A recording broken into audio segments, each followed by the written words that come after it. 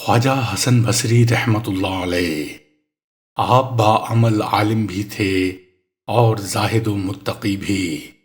سنت نبوی پر سختی سے عمل کرتے اور ہمیشہ خداوند تعالیٰ سے ڈرتے رہتے۔ آپ کی والدہ ام المومنین حضرت سلمہ رضی اللہ تعالی عنہا کی کنیز تھیں، اور جب بچپن میں آپ کی والدہ کسی کام میں مصروف ہوتیں اور آپ رونے لگتے تو ام المومنین آپ کو گود میں اٹھا کر اپنی چھاتیاں آپ کے منہ میں دے دیتیں، اور وفور شوق میں آپ کے پستان سے دودھ بھی نکلنے لگتا۔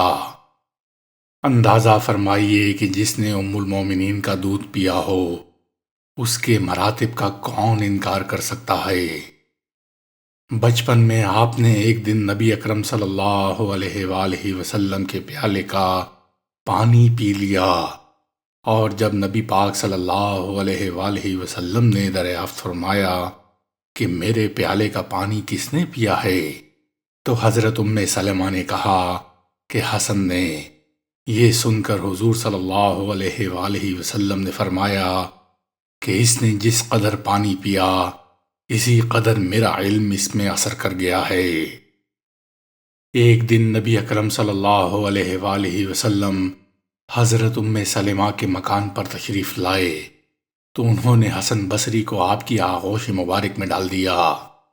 اس وقت نبی پاک صلی اللہ علیہ وآلہ وسلم نے آپ کے لیے دعا فرمائی، اور اس دعا کی برکت سے آپ کو بے پناہ مراتب حاصل ہوئے۔ ولادت کے بعد جب آپ کو حضرت عمر رضی اللہ تعالی عنہ کی خدمت میں پیش کیا گیا تو آپ نے فرمایا کہ اس کا نام حسن رکھو، کیونکہ یہ بہت ہی خوب روح ہے۔ حضرت سلمہ نے آپ کی تربیت فرمائی اور ہمیشہ یہی دعا کرتی رہتی تھیں کہ اللہ حسن کو مخلوق کا رہنما بنا دے۔ چنانچہ آپ یکتا روزگار بزرگوں میں سے ہوئے اور 120 صحابہ سے شرف نیاز حاصل ہوا۔ ان میں 70 شہدائے بدر بھی شامل ہیں۔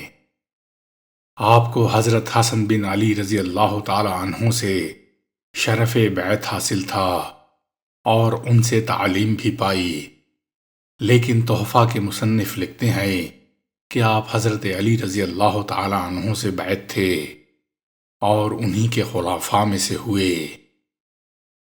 ابتدائی دور میں آپ جواہرات کی تجارت کیا کرتے تھے، جس کی وجہ سے آپ کا نام حسن موتی بیچنے والا پڑ گیا۔ کسی شخص نے ایک بزرگ سے دریافت کیا کہ حسن بصری ہم سے زیادہ افضل کیوں ہیں؟ انہوں نے جواب دیا کہ حسن کے علم کی ہر فرد کو ضرورت ہے اور اس کو سوائے خدا کے کسی کی حاجت نہیں۔ ہفتے میں ایک مرتبہ آپ واز کیا کرتے تھے، مگر جب تک حضرت رابعہ بصری شریک نہ ہوتی تو واز نہیں کہتے۔ لوگوں نے عرض کیا کہ آپ کے واز میں تو بہت بڑے بڑے بزرگ حاضر ہوتے ہیں، پھر آپ صرف ایک بوڑھی عورت کے نہ ہونے سے واز کیوں ترک کر دیتے ہیں؟ فرمایا کہ ہاتھی کے برتن کا شربت چونٹیوں کے برتن میں کیسے سما سکتا ہے؟ اور جب آپ کو دوران واز جوش آ جاتا تو رابعہ بصری سے فرماتے کہ یہ تمہارے ہی جوش و گرمی کا اثر ہے۔ ایک مرتبہ لوگوں نے سوال کیا کہ آپ اپنے واز میں کثیر لوگوں کے اجتماع سے خوش ہوتے ہیں۔ فرمایا کہ میں تو اس وقت مسرور ہوتا ہوں جب کوئی عشق الہی میں دل جلا آ جاتا ہے۔ کسی نے سوال کیا کہ اسلام کیا ہے اور مسلمان کس کو کہتے ہیں؟ فرمایا کہ کتاب میں ہے۔ جب آپ سے دین کی اساس کے متعلق سوال کیا گیا تو فرمایا کہ تقوی دین کی اساس ہے اور لالچ تقوی کو ضائع کر دیتا ہے۔ پوچھا گیا کہ جنت عدن کا کیا مفہوم ہے؟ اس میں کون داخل ہوگا؟ فرمایا کہ اس میں سونے کے محلات ہیں اور سوائے نبی کریم صلی اللہ علیہ وآلہ وسلم صدیقین و شہداء، عادل بادشاہ اور دیگر انبیاء کرام کے کوئی داخل نہیں ہو سکتا۔ سوال کیا گیا کہ کیا روحانی طبیب کسی دوسرے کا علاج کر سکتا ہے؟ فرمایا اس وقت تک نہیں جب تک خود اپنا علاج نہ کر لے، کیونکہ جو خود ہی راستہ بھولے ہوئے ہوں وہ دوسروں کی راہبری کیسے کر سکتا ہے؟ فرمایا کہ میرا واز سنتے رہو، تمہیں فائدہ پہنچے گا، لیکن میری بے عملی تمہارے لیے ضرر رساں نہیں۔ لوگوں نے عرض کیا کہ ہمارے قلوب تو سوئے ہوئے ہیں، ان پر آپ کا واز کیا اثر انداز ہوگا؟ فرمایا کہ خوابیدہ قلوب کو تو بیدار کیا جا سکتا ہے، البتہ مردہ دلوں کی بیداری ممکن نہیں۔ لوگوں نے عرض کیا کہ کیا بعض جماعتوں کے اقوال ہمارے قلوب میں خوف و خشیت پیدا کر دیتے ہیں؟ فرمایا کہ تم دنیا میں ڈرنے والوں کی صحبت اختیار کرو تاکہ روز حشر رحمت خداوندی سے قریب تر رہو۔ لوگوں نے عرض کیا کہ بعض حضرات آپ کا واز محض اس لیے یاد کرتے ہیں تاکہ اعتراض کر سکیں۔ فرمایا کہ میں صرف قرب الہی اور جنت کا خواہش مند رہتا ہوں، کیونکہ نکتہ چینیوں سے تو اللہ تعالیٰ کی ذات بھی مبرہ نہیں، اسی لیے میں لوگوں سے ہرگز یہ توقع نہیں رکھتا کہ وہ مجھے برا بھلا نہ کہیں۔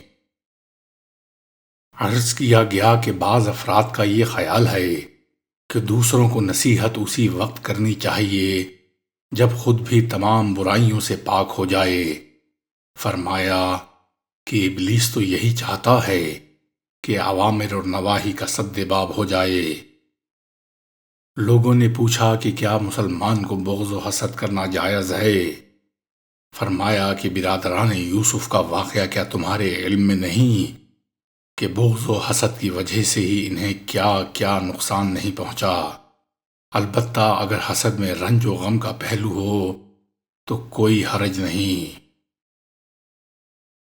آپ کے ایک ارادت مند کی یہ کیفیت تھی کہ آیات قرآنی سن کر بے ہوش ہو جاتا تھا۔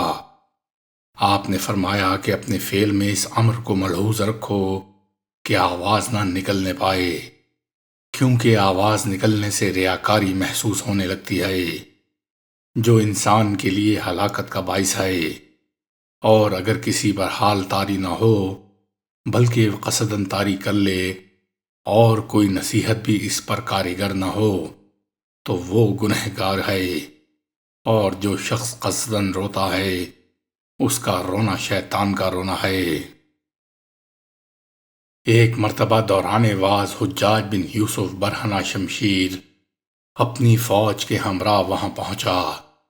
اسی محفل میں ایک بزرگ نے اپنے دل میں یہ خیال کیا کہ آج حسن بصری کا امتحان ہے کہ وہ تعظیم کے لیے کھڑے ہوتے ہیں یا واز میں مشغول رہتے ہیں۔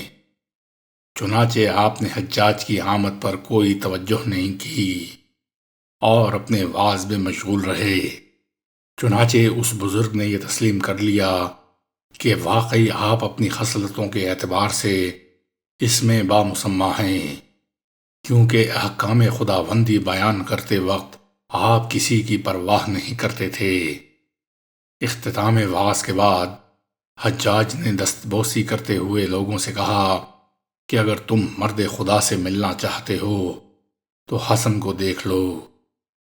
پھر بعض لوگوں نے انتقال کے بعد حجاج کو خواب میں دیکھا کہ میدان حشر میں کسی کی تلاش میں ہے، اور جب اس سے پوچھا گیا کہ کس کی جستجو میں ہو تو کہنے لگا کہ میں اس جلوہ خداوندی کا متلاشی ہوں جس کو موحدین تلاش کیا کرتے ہیں۔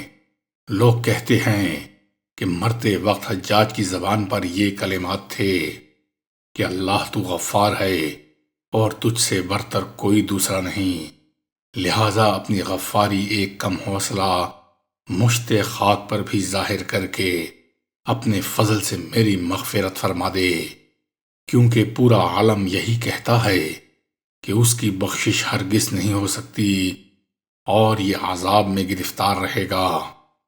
لیکن اگر تو نے مجھے بخش دیا تو سب کو معلوم ہو جائے گا کہ یقیناً تیری شان فعل لما یرید، اللہ تعالیٰ جس کا ارادہ کرتے ہیں وہ کرتے ہیں۔ جب حسن بصری نے یہ واقعہ سنا تو فرمایا کہ یہ بدخصلت حصول آخرت میں بھی اپنی مرضی کرنا چاہتا ہے۔